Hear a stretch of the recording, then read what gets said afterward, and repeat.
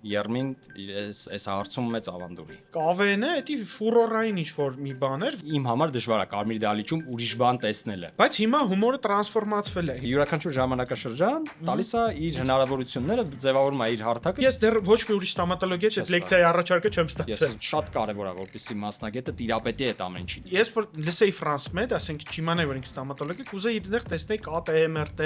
ուրոլոգ։ Մենք մաքսիմալ գիտելիքների, մեր գիտելիքների չափով տալիս ենք որակ։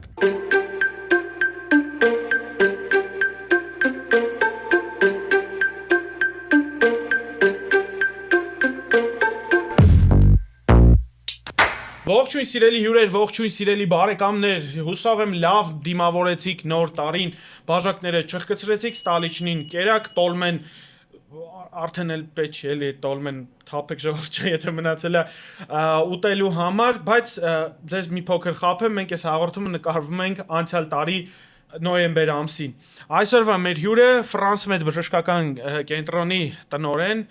շատ հումորով արտիստիկ անձնավորություն Մոսնա։ Մոս ազգանունդ ոնց է։ Մեսրոպ Սարգսյան։ Մեսրոպ Սարգսյանն։ Խեմ ասում, Մոսի հետ մի հատ շատ գեղեցիկ ճանապարհ ունենք անցած, Մոսի հետ այն որ ասում ուսանողական տարիներին հիշելու բան կա, այ Մոսի ու մեր մնացած թիմի հետ շատ հիշելու բան կա, որտեղ իրար հետ խաղացել ենք կավեն։ Մոս խիա բժշկականում կավենը կուլտի մակարդակի այն ժամանակ կուլտի մակարդակի էր հասնում։ Ուզում էի քեզ ուղղել, որովհետև հիմա ճիշտ ասած չգիտեմ, հիմա դժվար կարծում եմ, որովհետև կիմանայինք գոնե դրա մասին, որ բժշկականում հիմա կավեն կա, կարծում եմ չկա բժշկականում հիմա կավեն, բայց այն ժամանակ գիտես մարդիկ կային, որ ընդունվում էին բժշկական կավեն խաղալու համար։ Ես գիտեմ տենց մարդկանց, ովքեր գալիս էին բժշկական, ընդունվում էին բժշկական զուտ նրա համար, որպեսզի լինեն կավենի թիմում, խաղան կավեն։ Կարծում եմ չէ։ Հիմա ինչ-որ գլխավոր բժիշկ որտեղ մի տեղ գլխավոր բժիշկ, որտեղ կավենշիկներից կամ ստացվում էր լավ բժիշկ, վերջ հետո, կամ վատ պրոդյուսեր։ Չեմ ասենք Այդ կար, բայց ամեն դեպքում կարծում եմ, որ Երմին մեծ ազդեցություն ունեցավ այդ սերնդից եւ այդ սերնդից հետո ուսանողների, ապագա ուսանողների համար, ովքեր ընտրեցին բժշկական, ընտրեցին կավենը, խաղացին կավեն, կավենից հետո բաժանվեց ուղղությունները, որոշները գնացին բժշկության, որոշները մնացին, բայց ամեն դեպքում կարծում եմ, որ Երմին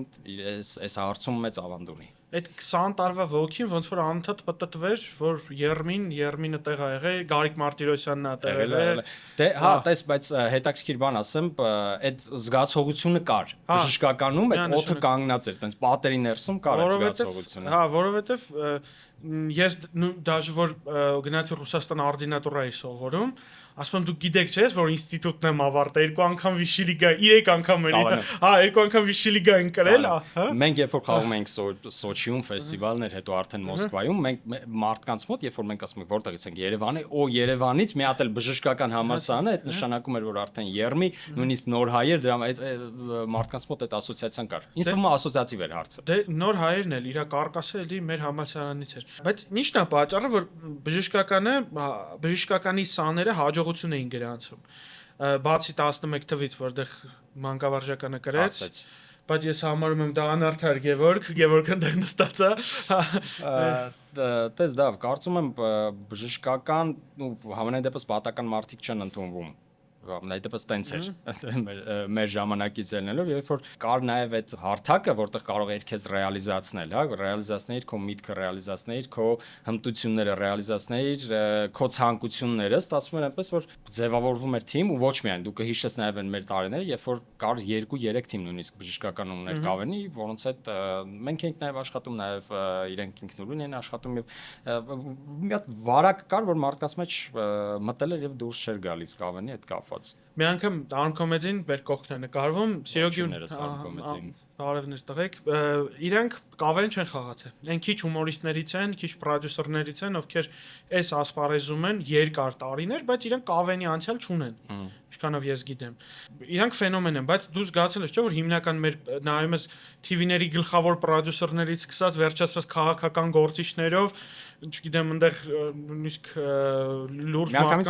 կարծես մարդը կավենի անցյալ է ունեցել, թե չէ, որտեվ իրականում կավենը շատ է օգնում, թե կյանքում, թե առօրյական, թե աշխատանքի մեջ, ամեն ինչում, եթե դու այդ դասյարակությունը ստացել ես ու ապրել ես այդ խաղով, նաև ինքը օգնում է ամենտեղ ու իր պլյուսներն ունի, մինուսներն, բայց ամեն դեպքում պլյուսները իր ակնհայտ է։ Բայց մենք գիտես տարիներ հետո ենք որ նայում, դե ժամանակի չէ 10-19 տարեկան երեխա ես, հայտնվում ես բժշկի 10-19, դա հիմա են 16-17 տարեկան երեխա ես, հայտնվում ես բժշկականում լաբորատորի 4-րդ հարկի սենյակը որ կար, փոքր մի սենյակը, հատ խուց էր, ասենք, շատ փոքր, սեղանի չափ սենյակ էր, ու 40 հոգով ավակվում ենք այդ սենյակում, ես հիշում եմ որ թերթեր էինք առնում, նստում էինք այդտեղից ինչ-որ զագալ, դու այդվաղ բանակում էիր, հա դու բանակում ես, հա դու բանակում էիր, մենք հավաքվում ենք ինչ-որ զագալովկեք էինք նայում ու դու տալիս էիր կավենի բեմի Ստանիսլավսկի հանում էիր 5 րոպե նյութ, բայց 1000 րոպեի նյութ էիր գրում։ Բայց դու բացի այն ժամանակը, չքնած գիշերները, դա բաց թողած դասերը, то есть այդ ամեն ինչը իրականում մեծ զոհողությունների գնով դու անցնում ես առավել եւս բժշկականում, երբ որ կապ չուներ, դու լավ գիտես, մենք դասախոսներ ունենք, որ կավեն ենք համ, մենք մտածում ենք որ պետք է հակառակը լինի, չէ, կավեն, բա ոչ մի տարբերություն չկար։ Նստի լիկվիդ կամ երկու կամ կպատրաստվես կգաս։ Մանավանդ որ համակարգչով էր քննությունը։ Բայց նաեւ ունեցել ենք դասախոսներ, դու լավ գիտես նաեւ այդ հարցը, որոնք խորցի էին թողում գնանք դասին բացակա չեն դնում, ասում են խաղի ենք, հետո իրանք սիրով գալիս էին, բա տոմսկը բերեք անպայման։ Հա, այդ ժամանակներից եմ ուզում խոսամ, որովհետեւ կավենը ինքը խաղ է, ինքը մենակ post-սովետական մարդը կհասկանա, որ հիմա փողոցը մոտենաս ասես կավեն շիկ։ Հիմա դժվար, հիմա կարծում եմ շատ ջահելներ ինչ է, որ տարիքով մեր տասերներով կավեն շիկ եմ եղել, հա, կավեն շիկ ինքը կհասկանա, post-սովետական երկրների համար կավենը դա ֆուրորային ինչ որ մի բան էր, որը չկա, աշխարհում ոչ միտեղ չկա։ Կան, ասենք, Ադամ Սենդլերի կամ Էդի Մյորֆի կյանքը նայում ես, իրանք ինչ որ պիկ են հասել, երբ որ բան են կան, չէ, Saturday Night Live, ասեք կանչել են, այնտեղ Jimmy Kimmel Show-ում են հայտնվել, ու օքեյ, իրանք ինչ որտեղ տարիներով սցենար են գրել, տարիներով տանջվել, իսկ մենք 16 տարեկան ենք, պրոստը գնում ենք, ասում ենք բարև ձեզ բժշկականից, ու վсё, դու արդեն TV-ում էիր։ Ժամանակ YouTube-ներ չէ, TV-ում։ Այո, ուներ նաեւ դժվարությունները կար իրականում, հա, TV-ում հայտնել, որտեղ այդ տարիներին դու լավ կհիշես, որ կար նաեւ այդ տենդենսը հայտնվել TV-ում, հա, լինել TV-ում, որտեղ կար պիկը այդ էր, կավեն խաղացին կավեն, օքեյ, նորմալ է, ամեն ինչ լավ է, գնացինք ֆեստիվալ, խաղացինք, դրսում խաղացինք, Ռուսաստանում խաղացինք եւ դրանից հետո մյուս քայլը TV-ում ինչ որ գործնեություն ծավալելն էր, լինելն էր, որը էլի շատ էր օգնում, եթե դու կավեն շիկ ես ու քո միտքը աշխատում էր այդ ուղղությամբ։ Ստեղ մի հատ հետաքրքիր բան եմ ուզում ասեմ, ինչի Նարեկին Սիրոգին հիշեցի։ Նարեկին Սիրոգին, որ իրանք նոր են սկսել, պատմություն են պատմում, պատական մարդիկ գալիս են ասում են այս մարդը շատ հումորով մարդ է, իրան վեգալ եք ձեր մոտ գա հումոր անի, մեզ էլ էին ասում, չէ՞, հիշում ասում հա, գալիս են ինչ-որ ախպեր են մեր խմբի բանը։ Տարեք ձեր հետ թող բեմի վրա։ Բեմի վրա էլ երկու բառ ասի, սա կխնդան, բայց դու զգացել ես, որ մենք, ով որ կավենի դպրոց ասեք, կյանքում մենք այդքան էլ հումորով մարդիկ չենք, այսինքն դե լուրջ դեմքով սցենար էին։ Հա, մենք որովհետև ես հիշում եմ ակադեմիական էսի սենց էինք անում, դավ ապե չի խնդսնի։ Դավ ջան, պրիվետ, հա, պրիվետ, հա, չի խնդսնելու ախպեր, հա, էսի սենց հիմնականում ես նաև բոլոր դեպքերում գիտեմ, որ ամեն ինչ սենց լուրջ դեմքով։ Շատ լուրջ դեմքով, որովհետև ինքը դες բանի վեբի տեսք պետք է ունենար սկիզբ, մտավոր աշխատանք էր, անդեպքում մտավոր աշխատանքերը դու նույն կատակը փորձում ես հասկանալ, որ պոզիցիայով կարող է խնդասնել, կարող է ծծաղեցնել։ Այսի բժշկականում խնդսնի, բայց Ստանիսլավսկիում չի խնդսնի, այսի Ստանիսլավսկիում խնդսնի, բայց բժշկականում չի խնդսնի։ Հա, դա բանը կար ու անպայման չէր դու ուներ հիպեր հումորով մարդ։ Դու կյանքում կարող ես շատ հումորից հեռու մարդելներ, բայց հասցնես սցենարային ստրուկտուրան ոնց է կազմվում։ Ինքը շատ օգնում է նաև հիմա արդեն այդ մտածելակերպը, այդ տեսակի մտածելակերպը օգնում է արդեն ներքին նեղ մասնագիտության մեջ եւ բժշկության մեջ էլ եւ արդեն առօրյական տես դա ինձ օգնում է ճիշտ արագ կողմնորոշվեմ ադմինիստրատիվ հարցերում, երբ որ ես չգիտեմ, մշակում եմ ստրատեգիա, մշակում եմ կլինիկայի մենեջմենթը, մշակում եմ կլինիկայի առաջխաղացում ու ինքը ինձ շատ է օգնում ստրեսին դիմանում ես, հա, որ կարող է զանգել Ստրեսակայում, որ կարող է խաղից մի օր առաջ զանգեին, գնայեք գեներալնի ռեպետիցիայի ու քեզ ասեին, չէ։ Մենք գնում ենք ռադիո վան, հա։ Ռադիո վան։ Չէ, տղերք, էսի չեղավ։ Հա, էսի դուս ա գալիս։ Հաջորդը պետք է գնաս մտածես ամբողջական սցենարը, որովհետեւ խաղի ես, հա, հասցնես խաղին։ Ավակ կավենշիկները, որ քերավքեն Վիշի լիգա, Պրեմիեր լիգա կամ բան խաղացել են, իրենց մոտ կյանքում իրավիճակներ պահեր էր լինում, որ իրանք հասնում էին խաղից մի քանի ժամ առաջ ցելի Դամաշկա փոխելուն ու դա շատ խնդալու Դամաշկեք են տեսնում։ Շատ ավելի խիստ տարբերակը Ռուսաստանում էր գործում, Մոսկվայում, երբ որ մենք պետք է գնայինք խաղայինք, ներկայացրեցինք մեր գրված սցենարներ, բան ու եթե ոչ ամբողջապես, ապա 80%-ը փոխվեց մի գիշերվա մեջ։ ու էդի պետք է անցնել ռեդակտորը։ Ստրեսակա դառնում ես դու, то есть դու քո միտքը դառնում է ցանկացած իրավիճակում, ցանկացած անսպասելի իրավիճակում պետքա լուծում գտնես։ Իսկ դա այսօր օգնում է քեզ։ Ինձ ինչով է օգնում, ես ասեմ։ Ես կարծում եմ կօգնի քեզ շատ, որովհետեւ հիմա կտած դեպքեր Մեր ինչու ռեժիսորները կասեն, ես ռիլ նկարելուց, որ ասում եմ ոնց ես հասցնում, իմ մի րոպեանոց ռիլի նկարահանումը տևում է մի րոպե։ Այսինքն կամերան միանում է ու ես սկսում եմ խոսալ։ Կամ ես որ պացիենտների հետ, կամ հիմա որ ես գնում եմ հասնում եմ կոնֆերանսներ, չգիտեմ, արտասահմանում, օտար լեզվով, անգլերենով կամ ռուսերենով ելույթ եմ ունենում ու ես այդ արանքում կարող եմ հումոր անեմ։ Ասենք վերջերս որտեղ է Մոլդովայում է, ոնց եմ անում, ասում եմ դու անգլերենով ասում եմ, ամեն երրորդ տղամարդու մոտ էրեկտիլ դիսֆունկցիա է լինում, ստատիստիկայում ցույց տալու, օրինակ 1 2 3, օրինակ այս մարդը, ձեր մոտ արդեն բանը կա։ ասեք այս մարդը, ուտեղ զալը փլվում է, այդ մարդն էլ հետն է փլվում։ Մոլդովացին հասկանում է որ կավեն շիկ։ Հա,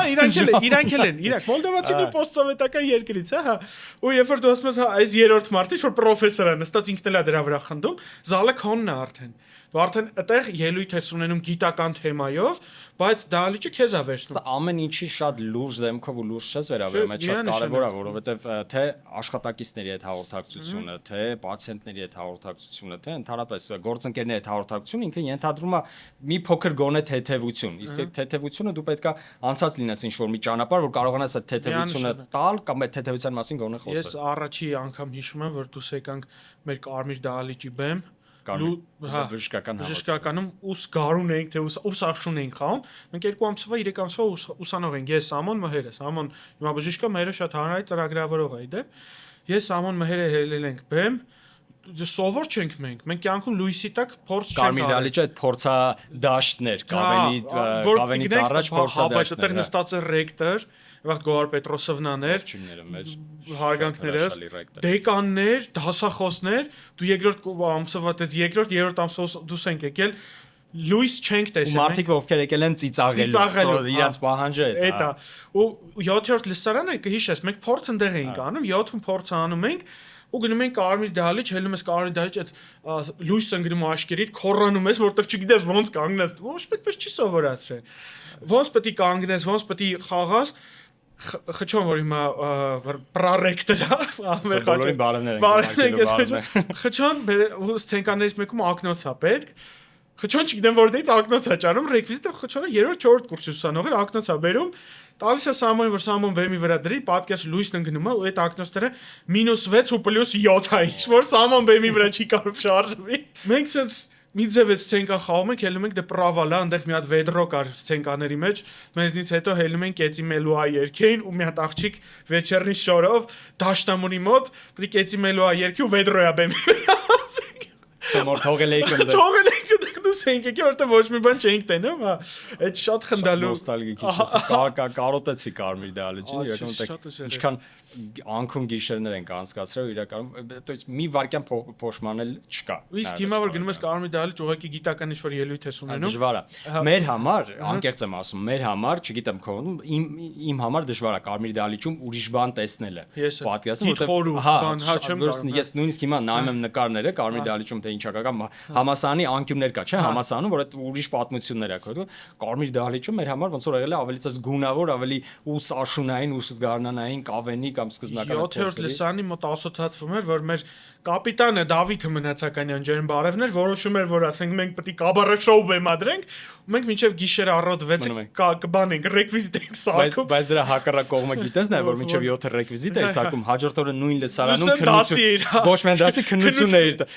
դու տեղ նստած ու գիտես, որ ռեկվիզիտը որտեղ է, բա դες կիսատ մնացած ընդ։ Բանին այդ լսանի այդ աթոռներին որ քնում ենք ու հիմա ասում եմ ինչ-որ բանը, օրինակ էս աթոռը շատ կոշտ է, դեպ ասեմ, հա այդ աթոռին նստած ես ունդեի լսանը որ քնում ենք։ Հետո բայց կավենը խանգարում էլ է։ Գիտես ինչու։ Ինչ որ մի պահ գալիս է։ Քեզ ինչու՞մ է խանգարում, սա իմը կասեմ, հա։ Ինձ ինչու՞մ է խանգարել ուսանողական տարիների։ Հիմա որ դու կավենս խաղացել։ Չեմ կարող ուրիշ ոչ մի շատ երկար նայել։ Փորձում, գիտես ինչ կա, փորձում ես դու ինչ որ մի հատ շրջան կար, թեկուզ երբ որ դու արդեն կատակները որ լսում ես, այդ կատակները փորձում ես, եթե ժամանցային հաղորդումներ մասնակցում, դու քո ներսում փորձում ես այդ կատակները վերջաբան տաս այդ կատակներին, փորձում ես այդ կատակները ավելի մոդիֆիկացնել, դարձնել ես, ես sense կանեի, միգուցե sense ավելի ճիշտ ասած ու հաղորդումը ընդհանուր առմամբ երբ որ դու նայում ես այդ հաղորդումը, չունի այն նշանակություն, ոնց որ կարող նայես։ Հիմա որ նայում եմ, օրինակ Վիշիլիգայի նայում, Բուֆանադային անում, հիշում ես որ Բուֆանադան մենք չէինք հարգում։ Օրինակ ասում ենք, ախպեր դե Բուֆանադա շատ էժան քայլ է, ով էլ անի Բուֆանադա խնդալու է։ Որ նայում եմ Բուֆանադա Կողս մարդիկ այդ նույնը նայում են մերնում են խնդալու, ես հաճույք չեմ ստանում, ասում եմ խալտուրա է։ Կամ օրինակ բեմ երեխա են անում, եւ երեխա են անում բեմ, որ դալիճը, երեխան ինչ է ասի խնդալու։ Կար տենց մի փոքր ներքին, ավելի ներքին խոհանոցի մեջ կավերի բան, որ կար որ նու չարժես քայլերը կամ արժի, բայց ամեն դեպքում արվում էր բայց այսօր նաև բանի խնդիր կա, հա, այս լեզվով պետք է ասեմ, պլագիատի խնդիր կա։ Այսօր մարդիկ անում են ինչ որ ժամանակին արվել է, դրա մասին խոսվել է ու այսօր ու անում են ու էլի մարդիկ կան որ չեն տեսել շատ ուրախ օքեյ հետո գիտես ինչն է բանը որ վերջը ստատուս է գրել ասում եմ մեր ժամանակ երբ որ կավեն էին խաղում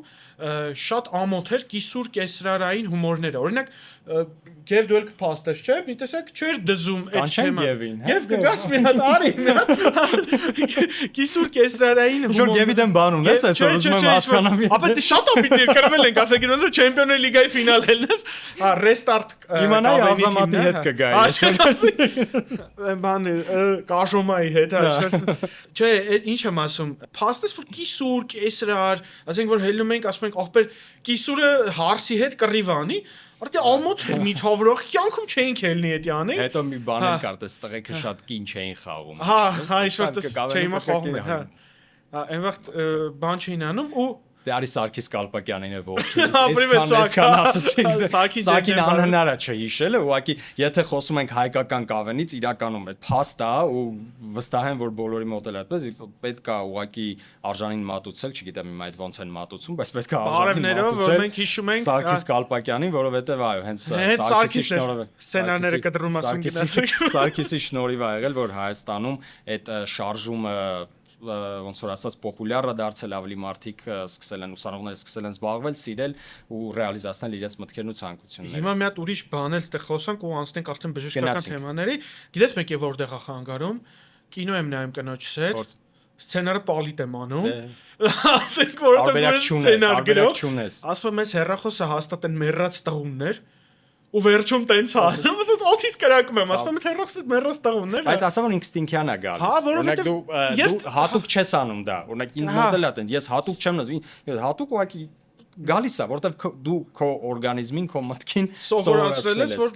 կարելի է այսպես ավարտել, որ դու էլ տենց կաներ։ Դու էլ կաներ, տենց ու դրա համար։ Բայց հիմա հումորը տրանսֆորմացվել է։ Հիմա հումորը գնացել է դեպի այդ կիսուր կեսրարայինը։ Ես շատ մարդիկ եմ ճանաչում, ովքեր այդ հումորն անում են, բայց չեն սիրում։ Մարդիկ որ մեծ ճամփա են անցել, հիմա կյանքի բերումով անում են այդ էժան հումորը, որ ես անդադ ասում եմ, Հայկ Ալեքյան, քեզ չի վերաբերվում, բրո, դու վերջն ես, որ ստատուսներ գրում Հայկան։ Հայկ Ալեքյանը Ավտոզապչաստ իրան ինքը դա առանձին level է դրա բայց մարդիկան դա չսիրել բայց ինչի է շուկան այդ ուզում ու այդ շուկայից է որ հիմա կավենը մահացավ թեստե թե Ռուսաստանում կարծում եմ տես կավենի մեջ ամեն դեպքում այդ տարը պետք է ասմացնեմ բայց այդ մի փոքր ինտելեկտուալությունը կար то есть ի սկզբանե ավելի շատ էր մեծ չափաբաժին էր ինքը հետո մի փոքր նեղացավ հասավ ինչ որ մի կետի որ արդեն ինքը չէր հա պետք չէր եւ չէր մարսվում ավելի հումորի ուղղություն հիմա էլ то есть հիմա ինչա եւս ռիլային ինդուստրիան եւս հարթակները որ բացվեցին եւ կարողացան ռեալիզացնել հիշի պատկերացրու եթե մեր ժամանակ լիներ ռիլերը կամ մեր ժամանակ լինեին այդ հարթակները ոնց կլիներ չգիտեմ ոնց կլիներ չեմ կարող ասեմ մի հատ ես քեզ հումոր ասեմ Նովի Արմենիից ընկերս Հայկը որ կա մենք մեր տունը միացնում ենք այդ դրա վրա հանդարտ խնդում ենք տեսել ես Человек не похожий на Роберта Դե Նիրո չես տեսել էդ ով էր խաղում որ հիշեցնես Զադոյանը հա ու Գարիկը ասում է когда вы заметили что вы не похожи на Роберта Դե Նիրո ու դե փլվում ես էլի դու պրոստա եթե համեմատենք Նովի Արմենի Երմիկ ամեն ժամանակվա շրջանի շատ դու պետքա մի փոքր գոնե կարդացած լիներ մի փոքր ավելի տեղեկացված լիներ մի փոքր ավելի քո մտածելակերպը քո աշխարհայացը պետքա մի փոքր լայն լիներ որպեսզի կարողանար ոչ թե մտածել նման հումոր նաև հասկանալ այդ մի կողմը ու խնդիր հա ու խնդիր իսկ այսօր եթե խաղում ես ցույց ես տալի կամ մատուցում ես կեսուր կեսրայր հարս հարաբերություն ինքը սոց առօրյա են ավելի չերևացողներ որի ժամանակ այն ժամանակ դա ցույց տալը մի տեսակ հա լրիվ մի տեսակ հա մի տեսակ է որովհետև բայց իմ համար կավենի պիկը իմ համար Երմին Նովի Արմյանի չէր էր հայկականում պիկա էր, բայց ռուսական կավենը, ասենք 2000-ականների շատ ուժեղ էր 10 թվին, 11 թվին, երբ որ խաղում էին Բաքս Աուչասնիկի, Կամիզյակները, դրանից հետո Սոկը, շատ Սամարան, ուժեղ թիմեր են Գորոդ Պիտիգորսկ ու չգիտեմ, Կավենը կարծում եմ այդ ժամանակ ամենայնքի պիկում ա եղել, թե հումորի որակի մակարդակով, թե նաև այդ պոպուլյար դե հա, վերացան լարերը, թողեցի որ խավենշիկներ շարժվեն ու դրանից հետո ինքը մանր թիմեր կային, որ ասում էր, չէ դե լավ, դուք Վիշի լիգա չէ, դուք ժամանակին, ասենք Սրեդնիա ազիատսկի լիգայից չեք Հիմա նայում ես Երևի ես մի քանի վերջես միացրեցի, չէ, ինքը այտենց սրություն չկա։ Վերջը կարող է կաժոման հելնում էր Պուտինը նստած, ասում էր բանը Վլադիմիր Վլադիմիրովիչ, вас нет в списке։ Ասենք կարո դի Այդ համարցակության հա հիմա ինձ թվում է մագիան է կորել։ Միգուցե մեր մեջ եւ նաեւ նոր սերունդը չի կարողանում ներդրվի, չի կարողանում իրան ռեալիզացնել, որտեվ իրեն ռեալիզացնելով հարթակներն էլ է շատացել է։ Ամեն մեկը ընտրությունը մեծացել է առաջ։ Վերջերս մի հատ մարդ եմ բան արել ինտերնետում Մելստրոյ։ Միլիարդատեր է։ Ռոզիսկի մեջ է հիմա էլ, չէ՞։ Չգիտեմ, հա։ Ես իրան նոր եւ մի երկու ամիս է բացահայտել եմ, որտեվ սա ինչ-որ ես հասկացա, որ այդ տղեն շատ պոպուլյարնի տղա է, բայց ինքը ուրիշ հարթակում է պոպուլյարնի։ Այնվաղ սաղիս համար նույն մարդիկ էին պոպուլյարնի։ Սլիպակով, Սվետլակով, չգիտեմ, հա։ Բանն էլ կար, այդ հերոստատեսություն կապը, հերոստատեսություն, տես ինչի մենք խոսեցինք հերոստատեսություն, որ պիկը ուզում էինք հերոստատեսություն ուտել դա էր, այսինքն կամ բեմ կամ հերոստատեսություն։ Հիմա ես մարդ եմ որ TV չեմ ուզում գնամ մեկ-մեկ, որտեղ ասում եմ դե լավ ինձ ինչ է տալու այդ TV հյուր գնամ։ YouTube հեռախոս չէ, արդեն հարթակ է ինքը, ենթադրում ենք, որ հարթակա։ Լամպովի ժամանակներն անցան։ Չեմ ուզում ստեղծել այն տպասություն, որ դե ողքան մենք մեծանում ենք, շատ լավ է։ Ամեն յուրաքանչյուր ժամանակաշրջան տալիս է իր հնարավորությունները, ձևավորում է իր հարթակը եւ այստեղ ամենակարևորը թե ինչքան ես դու տաղանդավոր այդ հարթակում ռեալիզացնելու։ Օրինակ մարդիկ կան, չէ՞ որ ասում են Արկադի Ռայկինը շատ խնդալու է։ Հա, ես ցելով նստում Արկադի Ռայկին նայում եմ, օպե խնդալու չի իմ համար։ Ես չեմ հասկանում այդ մարդու հումորը, բայց ինքը դու հասկանում ես որ պահի կուլտ է։ Այո, տվյալ ժամանակահատվածի։ Մարդիկ կան հիմա ասում են կարքին հաղորդում, հա դե ես չեմ սիրում։ Ահա դու հասկանում ես մեր ժամանակ ինչ-որ սև ագրավ կար արդեն բան ասել, ասես սպիտակ ագրավ, որ 40,000 հոգուց մեկ ասել ես կարքին հաղորդում չեմ նայում։ Քիչ դասական է դա։ Ասենք կլասիկա է, ասենք մարդիկ քաղաքական գործիչների ելույթի մեջ օգտագործում են կարքին։ Առօրյայում էլ ես դու ինքը այն ֆենոմենալ են հաղորդումներից մեկն է, որ դու առօրյայում էլ քո յուրաքանչյուր շարժի քայլի մեջ, երբ որ գալիս է տեղը, որ դու պետք է օգտագործես արտահայտությունից մեկը, դու հանգիստ շատ վատ է, երբ որ դիմացին կներես չի հասկանում։ Այդ շատ այդ պրոբլեմատիկա։ Ես գիտեմ մարդ, ով աշխատանքի է ընդունում աշխատակցին, ստանդարտ հարցաշարը կա եւ հարցաշարի մեջ մի հատ կետ կա, կարքին հաղորդում սիրում ես, նայել ես եւ որն է ամենասիրելի արտադրությունը։ Իմ դիմացը, մեր ասեղնա, մեր մասաժի ֆիզիոթերապևտն է աշխատում գենետիկայում, անունը Բաբկեն է։ Հիվանդները հարցնում են դուք եք Բաբկեն, ասում են Բաբկենը մեր ընկերն է։ Ոնց չասես դա։ Մարդ կա որ ասենք Բաբկեն անունով ծանոթ չի, ասում Բաբկենը մեր ընկերն է։ Ու դու զգում ես որ մարդկա քեզ սենց հանայում ու մարդկա փլվում է այդ բանը որ ասես Բաբկենը մեր ընկերն է ասենք հումորը իսի բան է որ յուրաքանչյուր ընկալում է իր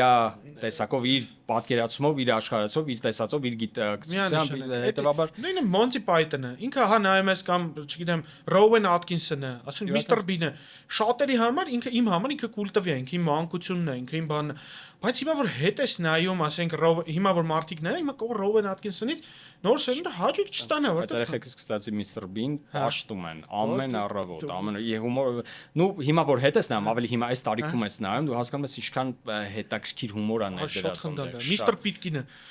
Չարլի Չապլինը ինքը խնդալու չի արդեն օստրի սատիրիկա է այն բանը գլավա միրը որ վերցնում է մատի վրա գլոբուսը պատատացնում դու հասկանում ես որ Չապլինը Հիտլերի կառավարման ժամանակ, երբ որ երկրորդ համաշխարհային չէր սկսել, հասկացել է որ ինքը դիկտատոր է դառնում, դե ժամանակ Եվրոպան չէր ընկալում, չէ՞։ Սփոյլեր արել ովա։ Ու կայֆավատեր էլ նույն վրան, էլի ասենք, այդ հումորի լեզունը միշտ մարդկանց, չէ, օգնում է, եթե ասենց ամբողջացնենք, ասեմ չի իրականում շատ օգնում է հումորը, եթե դու տիրապետում ես հումորի լեզվին, կարողանում ես խոսել հումորի լեզվով, կապ չունի դու ում հետ ես խոսում, կարծում եմ որ ու ամենավերջինը մեր գլխավոր ազատամարտիկը հիմա պատերազմ է վարում Զելենսկին, ասենք, Վլադիմիր ընկալումն էլ հետաքրքիր է, չէ՞, Վլադիմիր Պուտինն էլ այդ առիթով շատ կարևոր բան ասաց, այս ես իրեն ճանաչում եմ բեմից, շատ ընկալում եմ, շատ նորմալ, բայց որպես քաղաքական գործիչ։ Բայց այսօր ինքը ցույց տվեց, որ ինքը կներեք, ես որպես ուրոլոգ պատասխանեմ, ձվերով քաղաքական գործիչներից մեկն է, իսկ ես որպես տանատոլոգ ատամներով կարող եմ։ Արի չքաղաքականացնենք։ Չէ, ուզում եմ ասեմ, В общем, տղեկ ով որ այդ դպրոցն անցել է, պատերազմներ չլինեն։ Տղեկ ու աղջիկերքից էլ կային մարդիկ, ովքեր այդ դպրոցն անցել էին։ Սաղին ջերմ բարևներ, մեր Փիլիակյան շոում Էմա կար, հիմա չգիտեմ ինչ անում, Էմջան պրիվնետներ, ովքեր այդ աշխարհով ապրել են, գնացել են, կավեն էտա ժիզն մի հատ երկ կար էլի, այտենց, հա։ Երբեք նախքին կավենշիկներ չեն լինում, լինեն կավենշիկներ ու վերջ։ Վերջը։ Հիմա կարող են գնալ։ Գնացինք ոչ դե չէ, հիմա մի քիչ Ֆրանս մեդից խոսանք։ Մեր հաղորդման գործընկերն է բժշկական գենետիկայի եւ առողջության առաջնային պահպանման կենտրոնը։ Բժշկական գենետիկայի կենտրոնը Աբովյան 34/3 հասցեում գտնվող բոլորդ էլ գիտեք, ու գիտեք այնտեղ կարելի է հանձնել գենետիկական անալիզներ, մասնավորապես պարբերական հիվանդության հետ կապված։ Սակայն քչերը գիտեն կամ զարմանում են մեկ-մեկ, որ բժշկական գենետիկայի կենտրոնում կարելի է հանձնել անալիզների ամբողջ սպեկտրը, սկսած արյան ընդհանուր քննությունից վերջացրած բարդ NGS պանելներով կապված հղիության, օնկոլոգիական հիվանդությունների, ռևմատոլոգիական հիվանդությունների, սիրտ-անոթային հիվանդությունների եւ այլ տարբեր տեսակի պաթոլոգիաների համար։ Կարող եք հանձնել հորմոնալ տեստեր, կենսաքիմիական տեստեր, մանրեաբանական հզոր լաբորատորիա, PCR լաբորատորիա եւ շատ ծառայություններ, որ մատուցում է բժշկական գենետիկայի կենտրոնի պրոֆեսիոնալ, բարի ու շատ ընկերասեր թիմը։ Մանրամասների համար կարող եք զանգահարել 015 800 800 հեռախոսահամարով կամ այցելել cmg.am կայք։ Իդեպ բժշկական գենետիկայի կենտրոնը անցել է ISO հավաստագրումը։ Դե ինչ սիրելիներս, այցելեք մեր մոտ ու առողջ եղեք։ Դուք առաջ բժշկական կենտրոնն եք, որ ինձ հրավիրեց լեկցիա կարդալու։ Այո։ Շատ հետաքրքիր էր, որովհետև ստոմ կլինիկաները ոնց է, ստամատոլոգիա, բայց զանգում են ինձ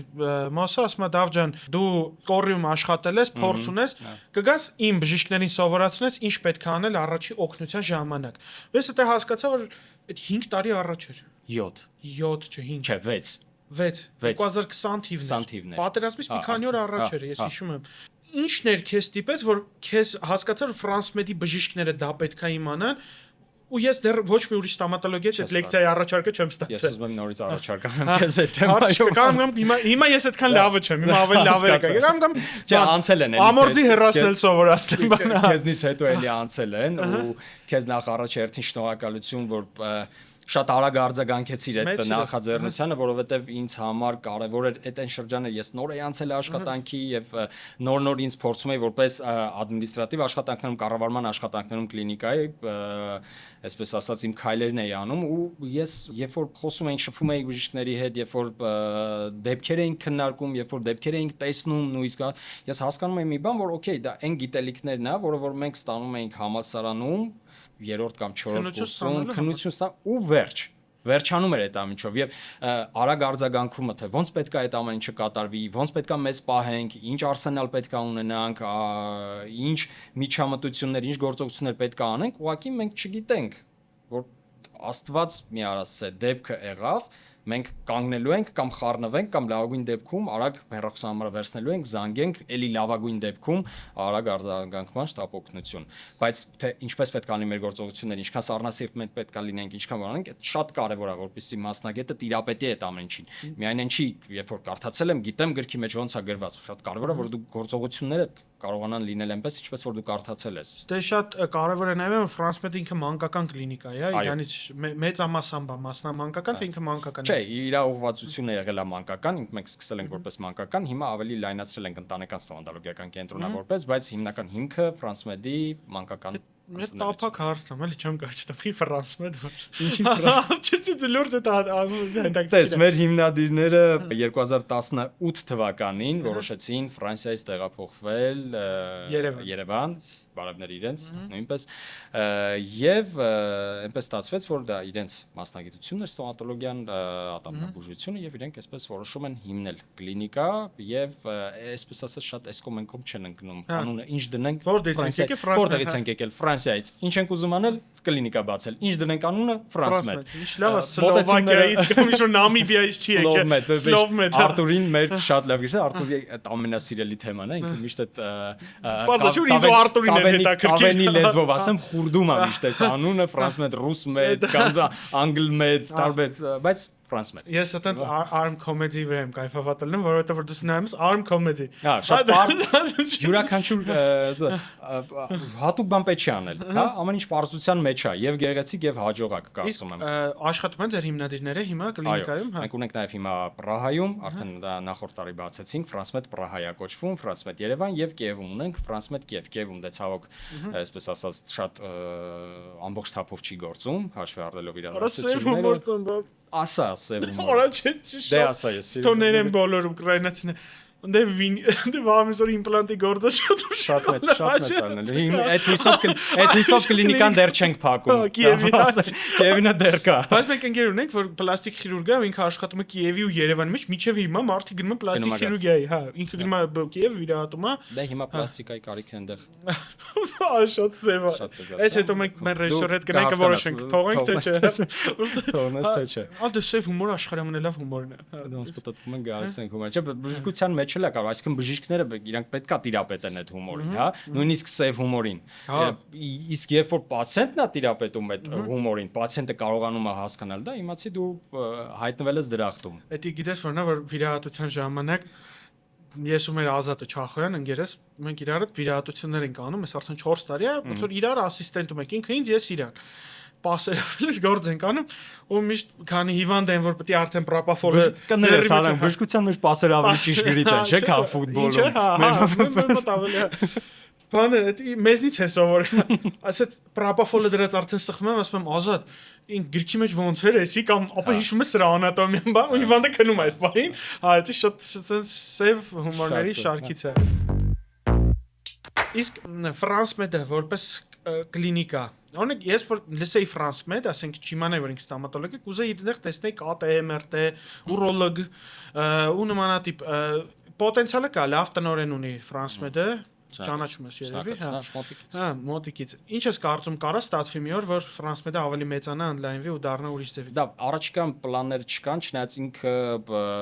այսպես ասած, չբացառման տարբերակով գնամ, քանի որ հիմա մեր կենտրոնացումը գնաց ավելի շատ